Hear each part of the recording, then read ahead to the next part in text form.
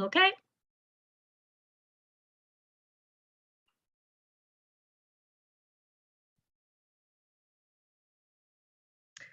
Hello, everyone. I'd like to begin by acknowledging where we are, or most of us anyway. This land acknowledgement was developed by the High Prairie School Division by someone from our region.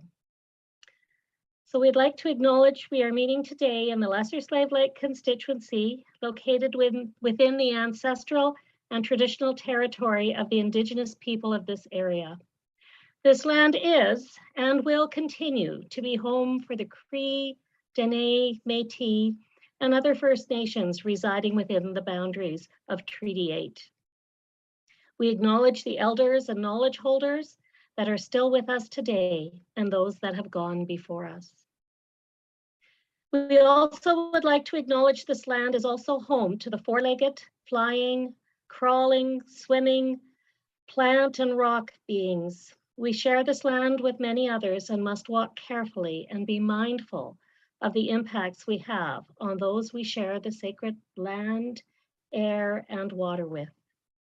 It is a privilege and an honor to live, learn, work, play, and grow on Treaty 8 territory.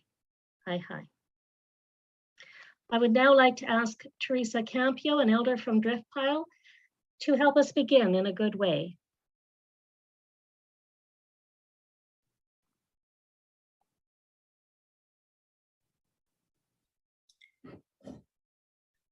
Good afternoon, everyone. Can everyone hear me? Awesome. As she had introduced me, as Monica had introduced me, my name is Teresa Campio. My traditional name and my Cree name is Sisikwansquill, which means rattle woman. I also am a direct descendant of Treaty Number 8. My great-grandfather, when you see those documents, you'll see that my great-grandfather signed a treaty. He signed a treaty as Wituisis. And for those that don't know, many of them had indicated an agreement by the signature of an X. But in fact, all of my ancestors had our own written language, the Cree syllabics. And there are several documents that have been sent to the government with Cree syllabics. So I just wanted to say that because I think it's important when we talk about communication and we talk about where we're going in terms of Treaty 8, and especially in this area, when we talk about a new journey. And I think this is a good place to start to have a new journey with the Lesser Slave Lake. I am a proud descendant of Treaty Number 8, a proud descendant of Wituisis. My mother's father's father, so that's my mother's grandfather who signed. And with that, I will say a prayer. And then after I say a prayer, I will just say a few words in terms of what I think is important for our area with the Indigenous people, and for you to take it with you wherever you need to take it with you. So with that, I'll say my prayer. I will use the Cree language initially, and then I will translate in the English language. I've already lit my smudge. We start with the smudge, and whether it's fungus is very popular in this area, sweetgrass, sage, or cedar.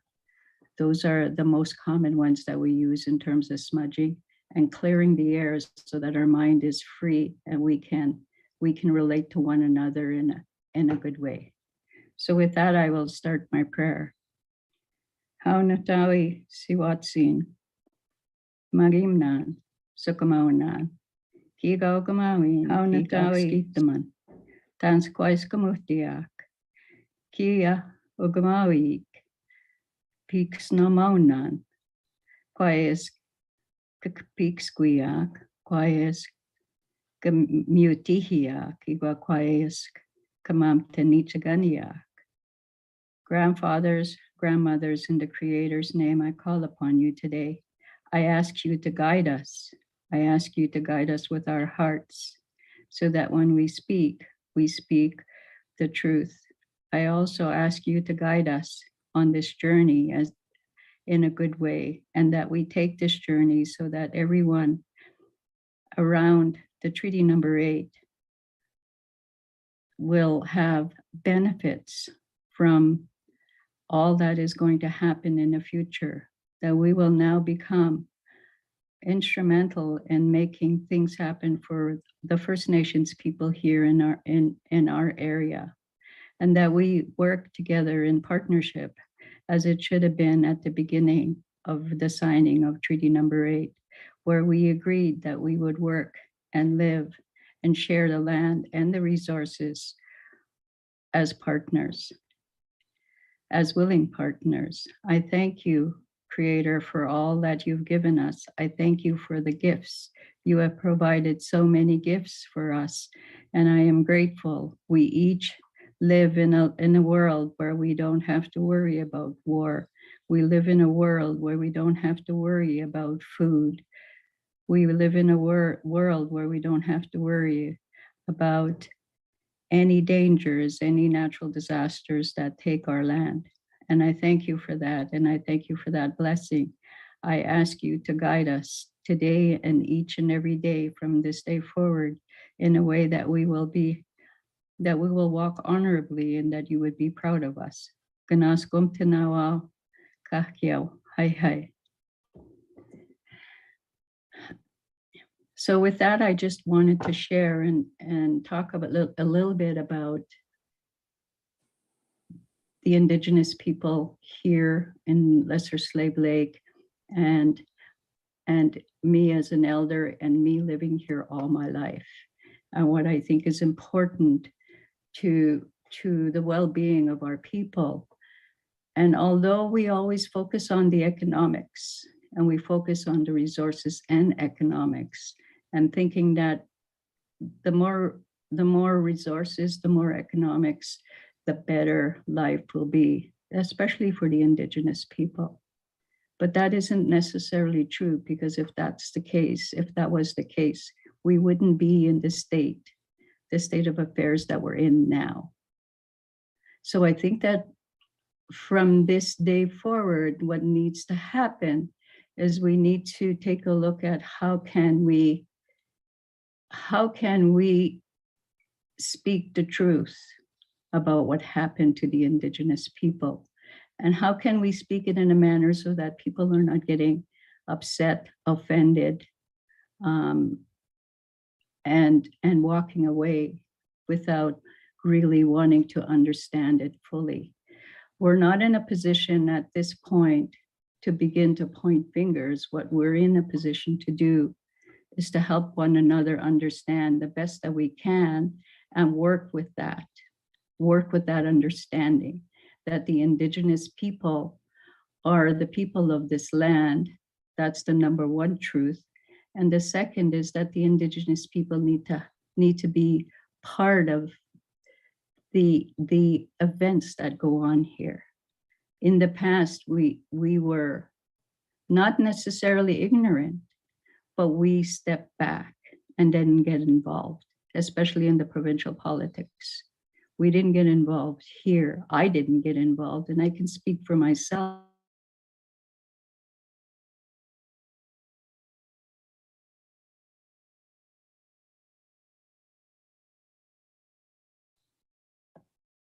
I don't know what happened.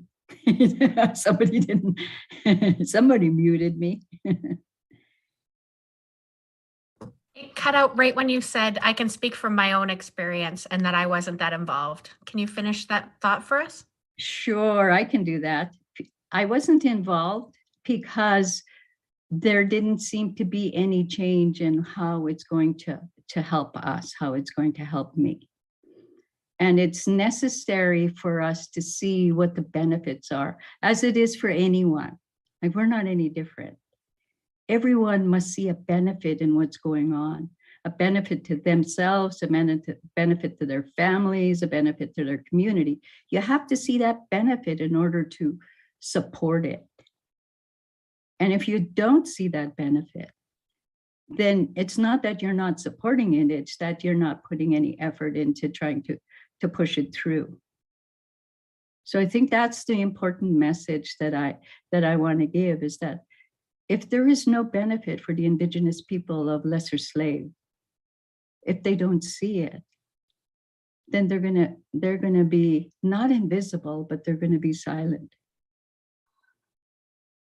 I just wanted to share that. So it's important that we understand as Indigenous people how we fit in this and how it's going to help us, because everyone wants that. We're not any different. Except, thank you. Thank you, Teresa, for your wise words and for your sharing your thoughts of how we can move forward in a good way. We appreciate that. You're welcome. I'd now like to turn our attention to a nomination we've received for the NDP candidate for Lesser Slave Lake constituency. Edith McKenzie has made this nomination, and I'd now like to invite her to share her nomination. Edith, please. Thank you. I'm really feel very honored to be making this nomination with Danielle Larivee. Certainly our constituency deserves better. And we know that Danielle has lived in our region all her life, and since she was a young child, and she's been committed to getting to know all of our region. She worked tirelessly when she was part of the NDP and as our MLA, getting out to all of our region, visiting, listening, hearing, taking back the issues and the concerns that we have. And she worked tremendously throughout the 4 years that she was in. And we know what we have with Danielle, which I think is really important. And I know that going forward, she is the best person within our region. Her record is strong, it speaks for itself. And her background as a nurse and her background in living in this region really speaks to how passionate she is about the people and their concerns, their issues, the things that are really important to them. And I think that we are very fortunate to have Danielle running again and being our candidate for the Lesser Slave Lake region. So thank you. Thank you very much, Edith, for your nomination. And so Danielle, we welcome your thoughts. You are our acclaimed representative. So welcome. Well, thanks, Monica, and good afternoon to everyone who's here. I want to start by thanking everyone who's come here today. Really, your support for me and for the Lesser Slave Lake NDP just means so much to me. It's also fantastic to see a lot of familiar faces, and it's been a while since I saw many of you. So it's a great opportunity to see you as well. I want to say a special thank you to Edith for the wonderful introduction. Thank you for those kind words, Edith. Also a special thanks to our elder, Teresa Campew. Thank you for starting us off in such a beautiful and inspirational way, and to MLA Sarah Hoffman for joining us here today. Before I get started, I want to acknowledge that we are gathering on the territory of the signatories of Treaty 8, and I would like to acknowledge the Métis people who share a deep connection with this land as well. This land that we call Lesser Slave Lake now has been my home since I was 5 years old. So my roots truly are deep here. This is where I grew up. This is where I raised my 3 amazing children. And this is where I continue to feel incredibly blessed to be able to call this territory home. I do think this area really is special. It's full of amazing, strong, resilient people who truly are committed to making our communities better and also to taking care of one another. Undoubtedly, we have faced a lot of challenges over the last couple of years. The choices we've seen this current UCP government make and their handling of the COVID-19 pandemic really has made life much more difficult than it needed to be for those in Lesser Slave Lake and for all Albertans. Many in our area are still feeling the effects from the pandemic and the terrible choices that the UCP made. Many of our businesses could barely keep their doors open. Many of our families have been struggling to make ends meet. And we saw many of our friends and neighbors and family who became sick and are still dealing with the long-term effects of COVID. I've certainly seen our healthcare system struggling to keep up, and truthfully, it is bordering on collapse. Many of our healthcare workers are really burnt out and exhausted and just trying to keep their heads above water during a time that's been so incredibly demanding to them. Our kids had to juggle the back and forth between in-person and online learning. And I'm so thankful for the teachers who work so incredibly hard to make that transition as smooth as they possibly could for them. Many of us didn't see one another for a long time. And like I said earlier, many of us still haven't seen each other because times still aren't back to normal. And that's been really hard for a close community like ours, where we're more used to seeing each other and being able to connect. Because of the choices by this current UCP government, we saw surgeries canceled, and sadly, we've lost friends and family. Albertans deserve better. Lesser Slave Lake deserves better than the UCP and better than Pat Wren. I learned a lot from my time in government, and I can tell you that how the UCP have handled the challenges our province is facing can be done better, much better. Take childcare, for example. I worked as a Minister for Children's Services with Alberta's NDP, and I understand how vital it is that we have quality, accessible, affordable childcare for not just our families and our communities, but also for our economy. Our federal government recognized that and made a historic investment into childcare. They wanted to see every single family across the family pay an average fee of $10 per day by 2026. Every other province was jumping at the chance to sign this collaborative deal with the federal government, not the UCP. Instead, the UCP dragged their feet, and it costs parents in our communities who need it desperately hundreds of dollars per month. Now, because of that delay, Alberta is far behind in ramping up training and recruitment for early childhood educators. And our families have been left in the cold with no childcare spaces for their kids. Because of the delay, the UCP has endangered Alberta's chance of reaching $10 per day childcare by 2026. That hurts our economy, that hurts our regions, that hurts our families. It's clear that Albertans can't trust the UCP. Since forming government, the UCP have spent their time fighting among themselves. They fought with doctors, they fought with nurses, they fought with teachers, and they're even fighting with their own municipal partners. That is not what I call leadership. We know that we have a trusted leader in Rachel Notley. It was my privilege to work alongside her for 4 years. I can tell you absolutely that she leads with compassion and she leads with tremendous competence, and that she genuinely cares about our families and our communities. Rachel and Alberta's NDP have spent their time as official opposition listening to what's important to Albertans, and they understand the pressure that families are under now as the bills pile up every single month and things keep on getting more and more expensive. Alberta's NDP understands the importance of diversifying our economy to ensure that families can get ahead while facing a changing world stage. Alberta's NDP also acknowledges the devastating impact that colonialism has had on Indigenous peoples and is committed to a renewed relationship with Indigenous peoples.